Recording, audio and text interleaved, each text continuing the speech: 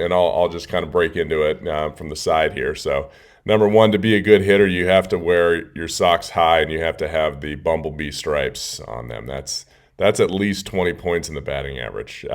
Anyways, I wasn't a good hitter. Go ahead. yeah. So anyway, as we break this down, one of the things you'll see here is him loading into his rear hip. So, we talked about timing and we talked about, being able to control your stride, striding early enough, being able not to jump at the ball even though we're creating a weight shift. Holding weight and striding as slow as possible is really beneficial. And we can see here he's not lifting his foot up really high. He doesn't have a giant leg kick where his knee comes up to his waist like a Justin Turner or a Josh Donaldson. It's more of a glide where he's really going out. Now with that glide, the cool part is, he could drop his foot, say right there. He could drop it early if it was a fastball in. He's definitely in a fine position there. If it's a changeup, he could keep keep his foot in the air longer and glide that out a little bit further. Okay, so this was, I believe, a fastball. So he was just timing this fastball up, and you can see how long he gets with his base. Okay, I mean he's got very long legs, so that's okay for him to have that base. If you draw this line in here, I'm going to draw a triangle between his base, between his feet and along his inseams. And you can see it's more of a pyramid. The base is way wider than the sides. Not everybody is like that, but what you can't be is narrower than your inseam.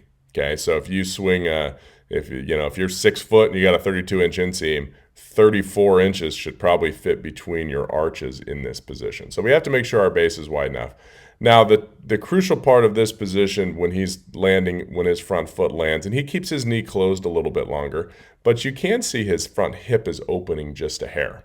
Okay, so he's creating some stretch, but not only that, this is the crucial part. We have been working this at the lab all week. This position where your chest is facing rearward, your hands are back, yet your hips are starting to open. Okay, so this is his torque position. Where does all the torque go? Well, here it is. Okay, we talked about that a couple weeks ago in the podcast. It's not necessarily how much you open your hips in this position. It's the fact that you keep your upper body back so that you can not only make adjustments, but also create resistance in your midsection for that torque. Okay, so really important stuff here. This launch position is fantastic. We do a lot of work from this position and getting to this position with our players.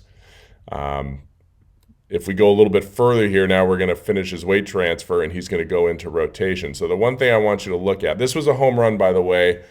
Jim, I think he hit it to right center, right? Yes. Pretty sure this was a home run to right center. And the pitch was not in. Okay, so the pitch was probably 1 ball to the outside part of the plate, maybe even 2 balls to the outside part of the plate from the middle. Okay, so it wasn't like an inside fastball. But you can still see how short he stays to the ball. So this is a really good position here when the upper body, I'm not going to give away too many of my secrets here, but where the upper body starts to open, notice where his hands are, okay?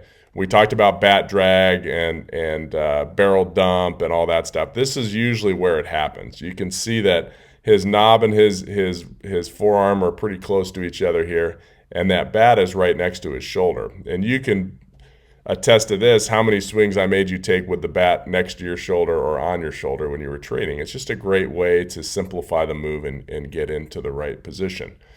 And then you can see this, he's released his back foot in. Okay, so there's not a bug squishing and there's not a collapse of the backside by any stretch of the imagination. Okay, his back foot's going to move forward, partly because he's so wide it has to move forward a little bit because he's got to bring this thigh through. Now it gets a little bit blurry here, okay? But I'm gonna try to draw a line here on the ball. So here's the ball, blur to the catcher, okay?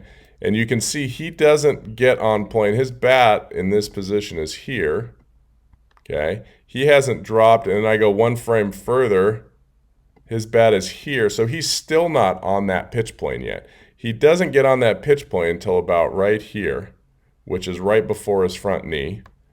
And then he's going to stay on that out in front. Okay, and this one he lifts off maybe a little bit, but you can see how low his extension point is. Okay, so going back, This, we talked about extension, we talked about power V, in previous episodes. You can see where his is. If you just looked at this position with his arms and his extension point, a lot of people would say he swung down. They would think that, wow, he must have gone from A to C. Well, he didn't. That's just his way of doing things. Some people's power V is a lot higher than that, which could lead to topspin. Okay.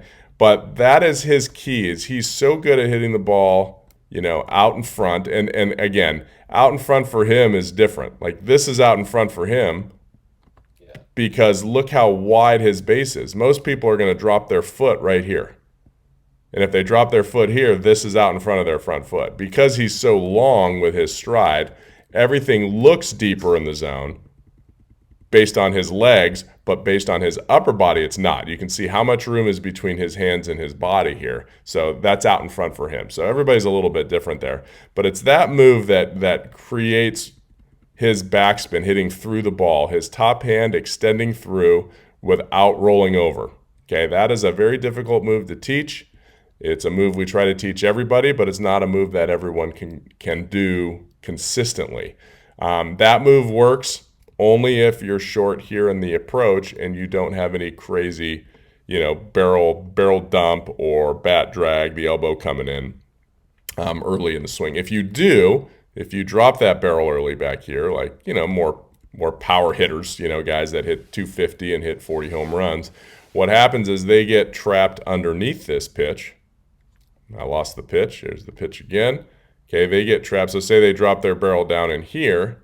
Now all of a sudden, they got to swing up more to come back up to it. So if they hit it right here, they'll hit it really good and really far. If they hit it here, they miss it or foul it back. If they hit it here, they topspin it to the right side. So that's the difference between somebody that's going to hit for a high average, somebody that's on plane for this long, versus somebody that's on plane for just one of those boxes.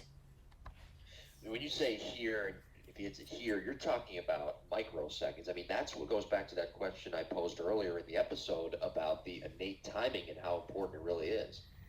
It is. And the more you can expand those milliseconds, the better. If you can make your timing window 3 inches bigger, that's probably 10 points on a batting average, 20 points on a batting average. It's really, really crucial, especially as you get higher up and guys can change speeds more effectively. And it's inches. That's what's so crazy about it, is that it's inches. Now, for a little bit more context, this is Zach Eflin, who was on the mound pitching for the Phillies, and Eflin is a sinker baller. He actually has 4 pitches: 4-seam fastball, slider, sinker, changeup. I'm not sure with this video. You know better than me. I think he's throwing a 93. Well, the pitch is right down the middle, 93 miles per hour. I think with the shape of that, I think he's throwing a sinker right there. I would say it's a sinker. Yeah, I mean, I'm putting, and even a sinker isn't that much. So I'm getting roughly 7 degrees of drop on that pitch, possibly even less. Okay, it might even be less than that. But it is sinking. I'm just tracing the line of the pitch to the catcher, where the catcher's glove is going to catch it. And we're looking at like about 6-degree drop. So you can imagine what happens if you swing up at 20 degrees. You swing up at 20 degrees, that's a delta. 20 minus 6 is 14. That's a big delta. Okay, so if this is a 97-mile-an-hour fastball from a 4-seam high spin rate guy, that ball's probably only dropping 3 or 4 degrees. And that's going to be really tough. So if you're at 15 to 20 with your swing plane, and that ball's only dropping 3 or 4 degrees, that's going to make it a little bit tough. And that's why you see a lot of guys with and that's what that swing is built for. We talked about that. The swing that goes uphill, drops the barrel early and swings uphill, that's built for a sinker, but it's built for like an 88-mile-an-hour sinker, and it's going to run into curveballs, and sliders that are dropping more. But pitchers have made a change, and now we have to be able to cover all those pitches.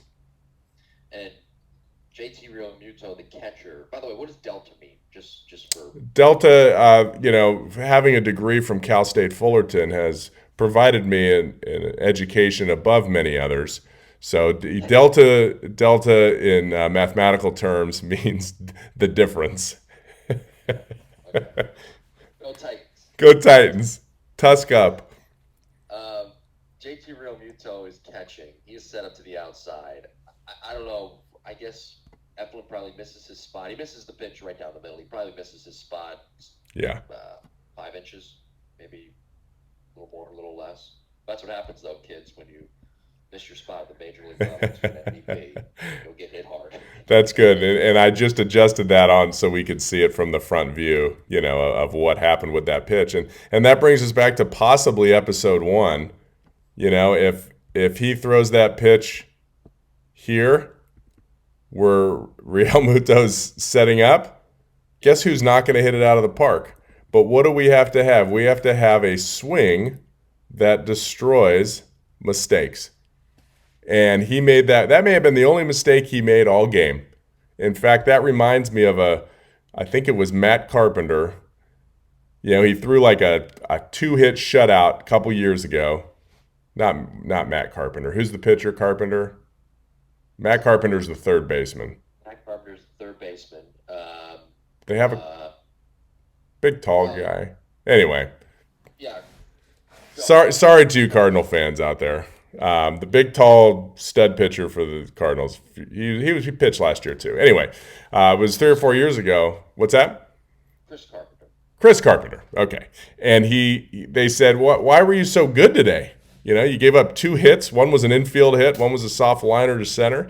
He said, you know what? I don't think I threw one pitch that wasn't on the outer channel or the inner channel. I didn't throw any pitches over the heart of the plate today. I just had that kind of stuff. And I don't care what kind of hitter you are, if a pitcher makes pitches on those channels, you're not going to be successful. You have to be ready to jump on that mistake. And how obviously above average, but it's got to be in the top 5 in your eyes, right? Absolutely. So I paused the video for a second, so I'm going to just reiterate what Jim said. He said, "What's Yelich's adjustability like?" So his adjustability is huge. Number one, because he can control this stride. Okay, he can drop his foot anywhere from here if he gets beat to foul a ball off, or here if he's a little bit early.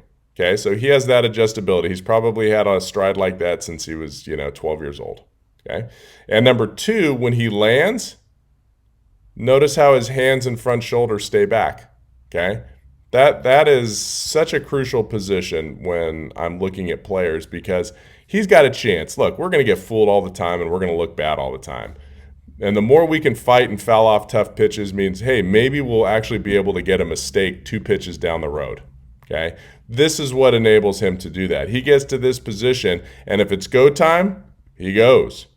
If it's not go time, he can get here. He can lose his lower half in front of him, meaning his lower half can open, but he can hesitate and keep his hands back for that split second in order to make that adjustment, just in case that pitch was, maybe it was a changeup.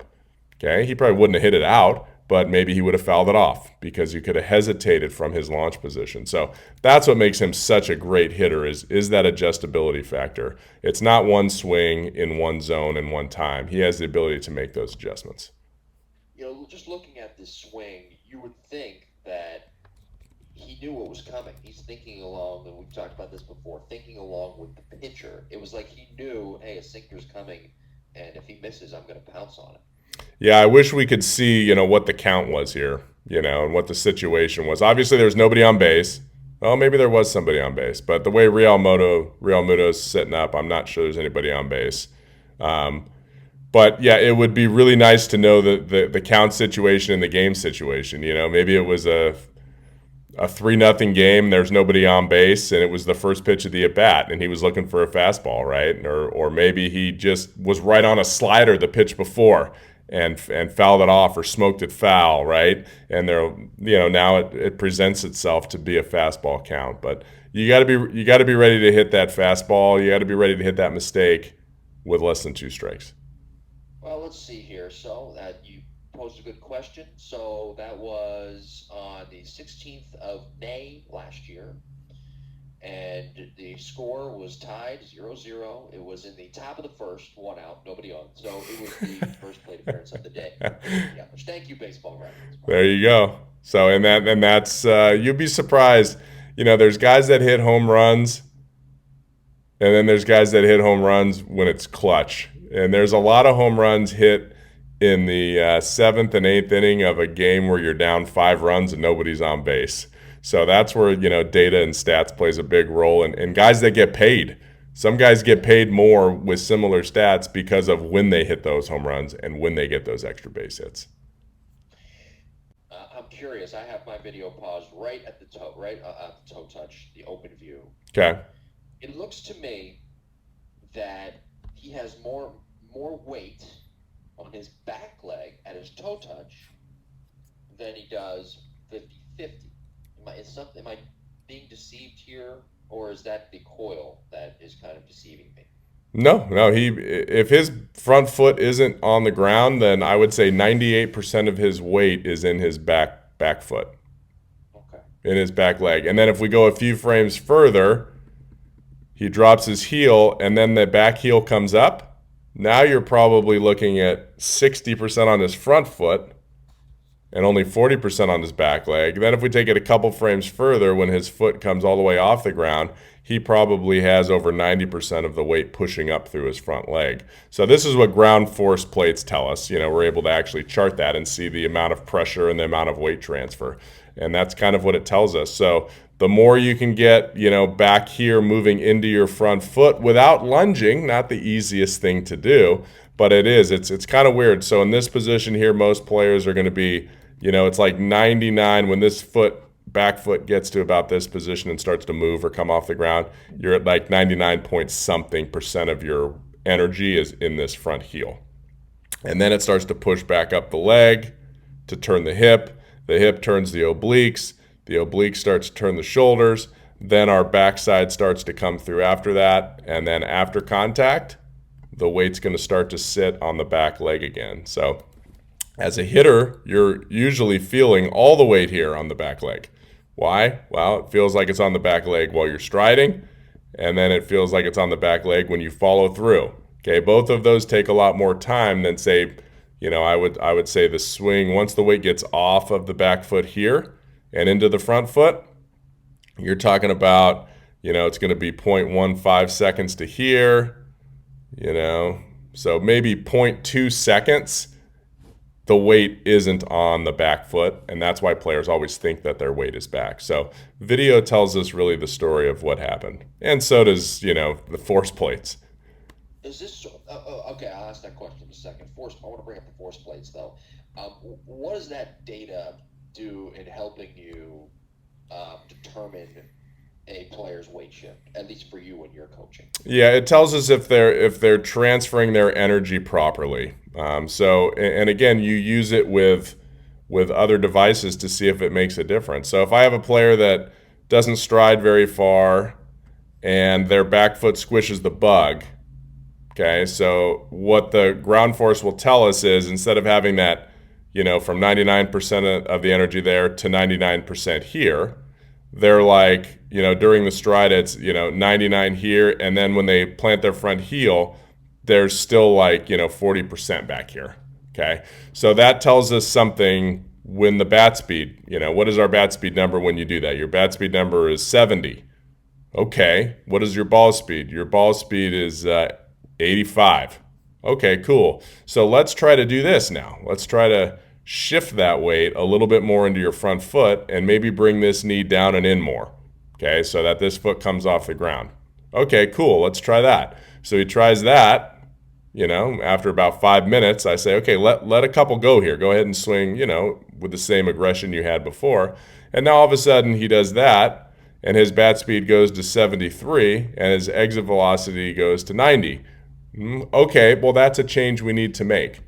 But say we did that and it didn't do anything, then he probably was doing something okay here. It probably wasn't that bad. So we tested all that stuff. We tested a drag where the foot goes forward like this, but low. We tested one where the foot comes up high, which sometimes Bryce Harper kind of kicks it up because his upper body tilts forward. We tested one where you didn't stride at all, you just kind of spun. And we tested one where you took a step, but you collapsed your backside and your foot went backwards. Okay, and by far, this was the winner. So if this is the winner for creating the most ground force and the most energy with players, that's kind of what we're going to teach. So if you put the video, for those who are following along, put the video 2 frames further, Christian gets to his torque and stretch position. And that's as prototypical big league move as you can get. Mm-hmm. Back connected with the back shoulder, hips are opened up, leading the hands, shoulders are still closed. I can see the energy. I mean, the pants are wrinkled, so you can see the torque, and the jersey's wrinkled. You can see the belt buckle, which is something you always point out too. The belt buckle's still back.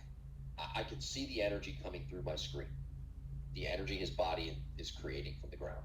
Yeah, and he sequences everything up nicely, and a lot of people get to something similar to that, but they have a hard time keeping their shoulders in position, which is a timing factor. If you start too late, you don't have that chance. So, yeah, obviously this guy's the best. I shouldn't say the best, but he's one of the best in the game right now as we speak, and we can learn things from him. And I remember Ted Williams told my dad, "You want to be a good hitter? Copy the best hitters." That's it. And he said, I remember Williams said, or my dad told me that Williams told him that he met Babe Ruth, and I don't know when this was, at some All-Star game or something, and Ruth came back. Maybe it was an All-Star game like in New York or something. And, Ruth was retired, obviously, and older. But Williams asked him how he learned to hit, and he said he watched Shoeless Joe Jackson. Like Shoeless Joe Jackson, he thought had the prettiest swing he'd ever seen. And and again with Yelich too, taking a couple of frames even further, he is at his point of almost getting to the point of contact. But we talked about the barrel release and that whip created. We talked about that in previous episodes in the archives. I think it was on our upper body mechanical breakdown. We talked about that. He's releasing this pitch is, again, a sinker right down the middle, pretty much center cut. I mean, Eflin misses his spot by like 6 inches. It's kind of ridiculous. And he releases the barrel off his shoulder, creating that whip at a perfect time when you're supposed to. It's not lagging too far, is what I'm trying to say. It's not lagging too far, yeah. And some guys will do that, and that's why he pulled this ball. He pulled it towards right center field as he released it at the right time. Some players that hold on to it. I had a conversation with somebody yesterday about, people that don't stay inside the ball. Well, everybody stays inside the ball. Some players release the barrel too soon, but their first move is always inside the ball. Otherwise, they wouldn't be playing anymore past the age of 14 years old. So, but some guys will hold on to that, that angle. Like Tony Gwynn was a guy that held on to that angle, right? He kept the barrel behind his hands as long as he possibly could. He was an opposite field hitter that didn't have a lot of power.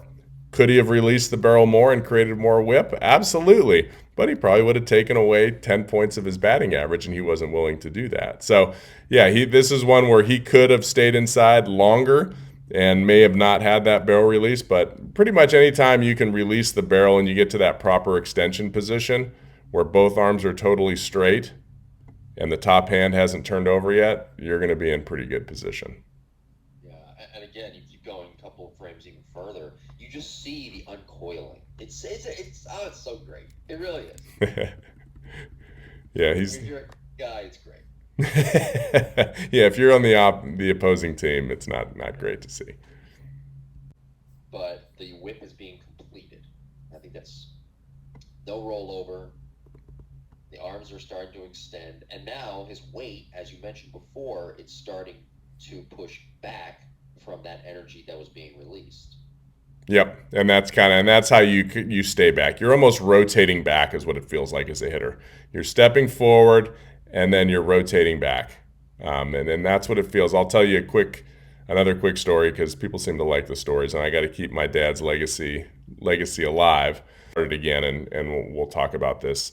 Toe touch position. We were talking about, where's the weight at toe touch? It happens so fast. So from here, toe touch, to heel plant is I don't know how 2/100ths of a second, right? It's not long. Now if it's somebody like Pujols back in the day that didn't take a stride and just lifted his toe, he actually held weight on his toe from that no Sure. stride position. But Yelich here, it's just a transition, and he's just his toes touching, and then he goes straight into heel plant. So a toe touch, I would say most of his weight is on his back foot, and then a couple 100ths of a second later, when he gets to heel plant, now we're probably between toe touch and heel plant, he's 50-50. He's going to look 50-50, but once that front heel plants and that back heel releases in, because this isn't a strong position with his back heel, you can see it kind of rolls in, his back knee rolls in. Most of that weight is already starting to get here. So you're only 50-50 for a very short amount of time in there. Well, and it looks like he's still, even with that weight on the back foot or the back leg, Mm-hmm. toe touch, he's still falling forward. The front shoulder also Mm-hmm. is in the proper position, and that's downward as well. I don't know how much you believe in this, but the knob of the bat pointing towards the catcher's feet, kind of, Yep. I don't know, simple fundamental, but yeah, it still looks like he's falling forward, but keeping that weight back. That's exactly what it is. So if you just looked at him and you didn't see his feet, he would look very balanced. But if you look down and his front foot's not on the ground yet, then you realize that in reality all his weight is on his back foot. I wonder if he uses the cue, if he's struggling or whatever the case may be. I wonder if he uses the cue, I got to keep my weight back, and mentally overcompensates for that, but he's really Mm-hmm. not keeping it back per se. I think pretty much every athlete, that plays at a high level that has, this move with a stride. So I'm just kind of showing the stride there.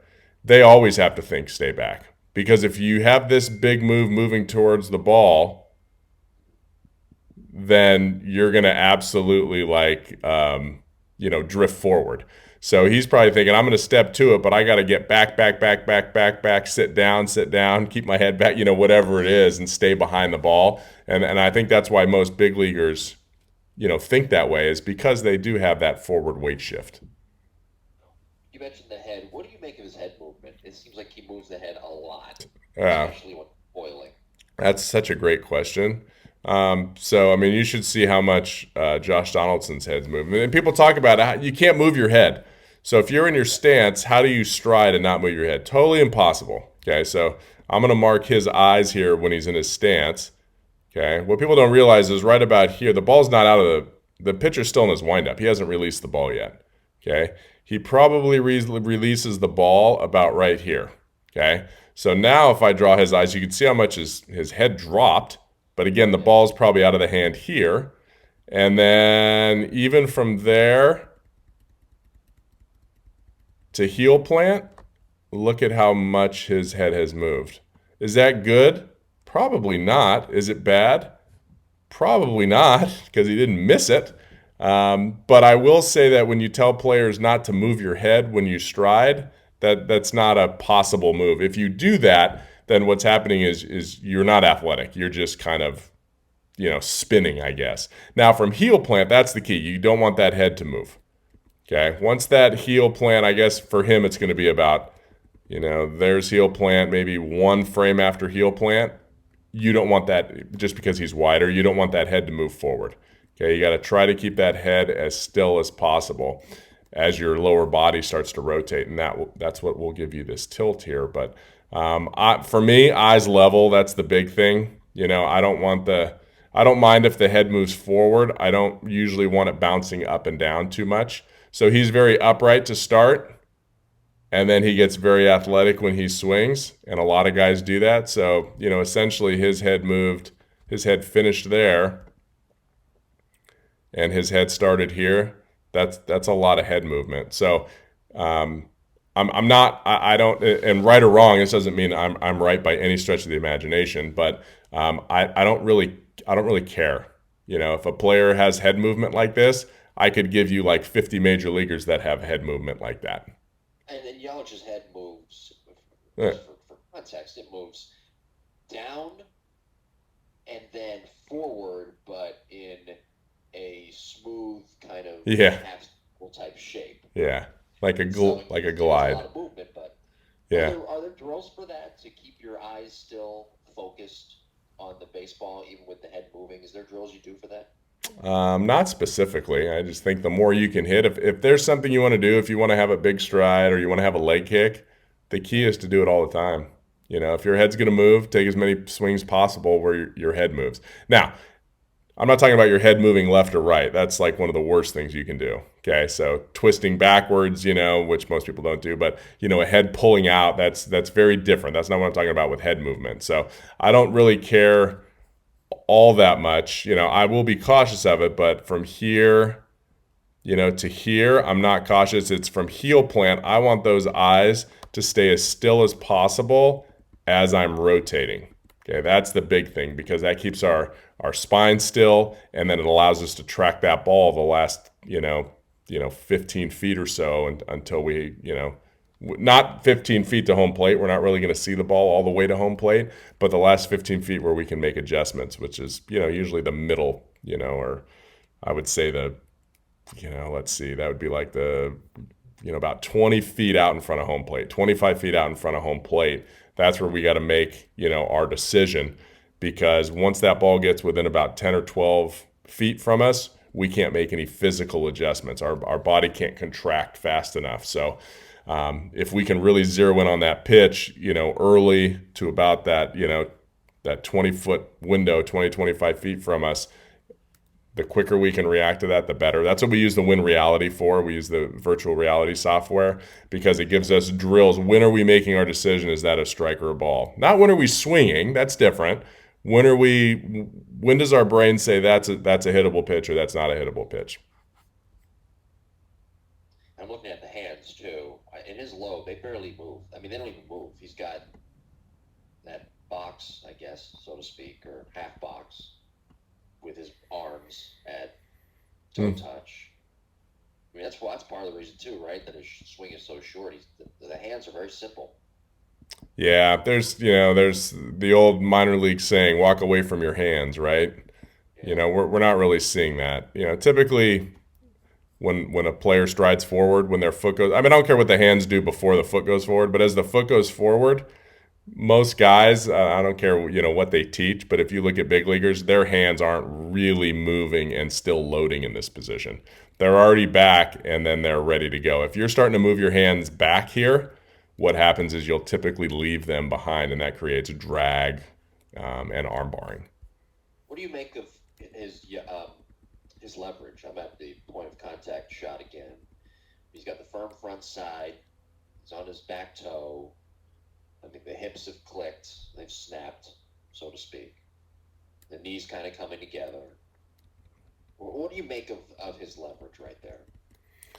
Yeah, I mean, he's in a strong position, right? And he's going to have leverage because of the way he's built, and he probably uses I don't know what size bat he uses actually, maybe a 34 and a half. But he's going to create leverage and whip. You can imagine if he was trying to cut down a tree, with an axe. That's a really strong position he's in because he has some space here in front of his chest, and his arms are right in front of his chest. So imagine you're trying to hold something heavy, like say a 45-pound plate, in the weight room. And I say, you got to hold this 45-pound plate with both hands in front of your body. Where are you going to hold it? Are you going to hold it with your hands down here? You're going to hold it with your hands up here. You're going to hold it with your hands. You're always going to hold it right in front of your sternum. Okay, that's usually the strongest point that we can support that object. And if we can use our legs well and our body well so that our hands can pretty much slot between the sternum and the belly button, okay? And then we can use our posture and we can use our legs to adjust to pitches that are lower than that and our vertical bat angle to adjust to higher or lower pitches. We're going to be very successful. But if we have a swing where sometimes you take your hands, and they're down here at your belt, and then sometimes on a high pitch you got to have your hands up here, that's going to create a lot of work for the body to do, and you won't be very consistent. And speaking of consistency, you look at the video here all the way through. He has Christian Yelich some of the most consistent mechanics, and he repeats his swing as good as anybody. Yeah. And, it's that could be his athleticism, it could be his dedication and work, and it's his mechanics. They're very repeatable. There's they're like you said, he's got a long, really long stride, but it's not a huge high stride, right? He's just gliding into it. He has a hand load, but it's not a huge hand load, right? They go back a little bit, right there as he just barely starts to come forward. And then they stay kind of still so he doesn't have a hitch or anything like that. Not that hitches are bad, but it just creates more things to go wrong when your timing isn't perfect. Where he's very, very, very simple, aside from the fact that his stride is, if I mark where he starts, he actually brings it back. So let's say this is about as far back as his stride goes. His stride, when people talk about, what, your stride should be 4 to 6 inches, I think his stride was like 24 to 30 inches total distance. Yeah, when his feet they're spread apart, Yeah. torque position. I mean, that's bat length right there. Yeah. So it's what it's up to the individual. We can't have a cookie cutter approach to hitters. Everybody's going to do things a little bit differently, and that's why we try to assess guys first. What's your body type? What are your natural moves? If your natural moves want you to be wide, I'm not going to make you be narrow because it won't work. Like as soon as the stress of a game comes up, you're going to absolutely stride that far. Okay, like that's a no-brainer. Okay, so even though we practice with half that stride, as soon as that pitch comes at you, you're going to go here. So you know what? Let's find a way to make this work. Or vice versa, we're more of a Nelson Cruz, kind of a narrow, we hang out on our toe. That's natural for you. Let's find a way to make that work. Well, this was fun. Our first installation of our video breakdown mechanical series. We do this every fifth episode. Again, Jake will be posting the video on his Facebook page, the Epstein Hitting Facebook page. Be sure to like and subscribe to the podcast. New episodes released every Monday at 9 a.m. We appreciate all the listens. Be sure to follow Jake and I, too, on Twitter and Instagram. I'm at Jim Tara. On both platforms, Jake is at Epstein Hitting. And Jake, next week, we're going to be diving into some softball swing mechanics, the similarities and differences between baseball and softball swings, because, girls do swing bats, too.